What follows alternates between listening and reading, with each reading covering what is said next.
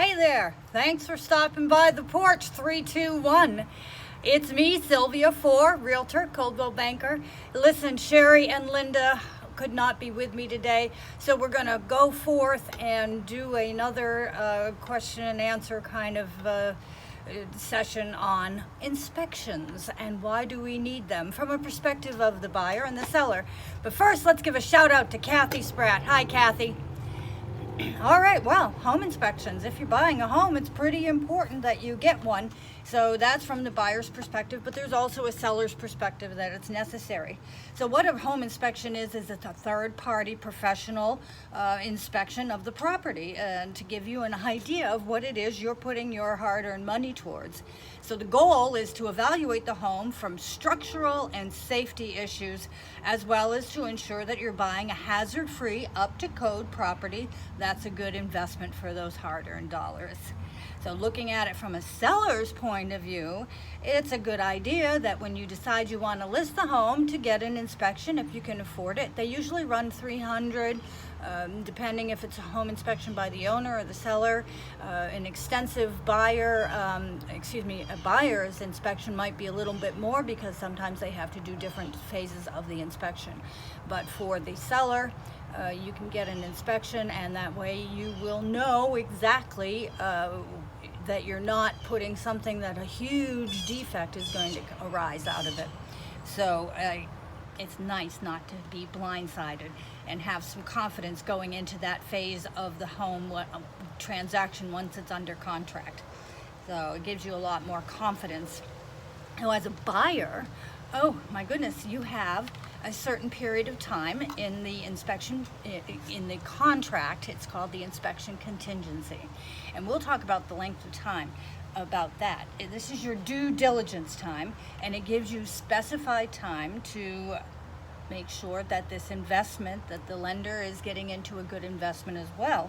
So they inspect, the financial institutions expect that you're going to pay for the inspection, and as well as your insurance companies, and they are going to actually require it for insurance purposes. They are going to be keenly turned into the roof, the AC, the 4 points, all the windows and doors for wind and things like that, and plumbing.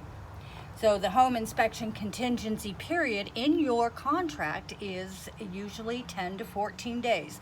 Now that gives you enough time to hire a professional. You can seek referrals from friends, coworkers, or your realtor, and then you proceed to hire that person. They will come out and do an inspection.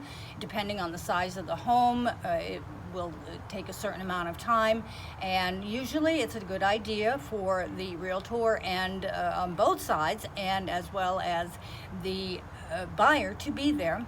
The inspector will go over some of the high points. He will give you an inspection. He or she will give you the inspection report, and then a report that will go to your insurance company, the 4-point report, and they will go over some of the major or minor issues that they see. Now remember, if you have signed an as-is, which we are in Brevard County in beautiful Florida. I'm in Melbourne right now, but as-is contracts are usually what we see 98% of the time. So that's just the norm that we have here. And the seller with an as-is contract is under no obligation to make any adjustments or corrections or repairs. But don't forget, they're in the process of selling their home. They do want the transaction to go through, and if things are within their means and presented in a proper way, then most times sellers and buyers can reach that conclusion and decision in negotiations and work forward and get some of those things addressed. So every inspector does do things a little differently, and they work a little differently, but there is a major kind of checklist that they all have to follow.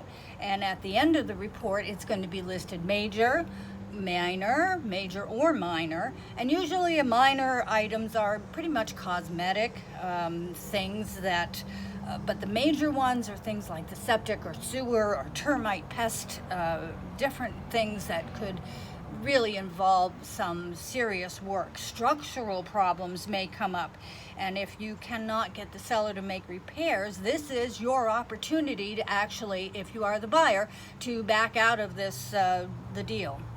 But if you are satisfied with the inspection and the seller is agreeable to repairs, have the property re-inspected after the repairs, and then move forward with the closing, and your insurance company and your lender know what condition the home is in and what you are buying.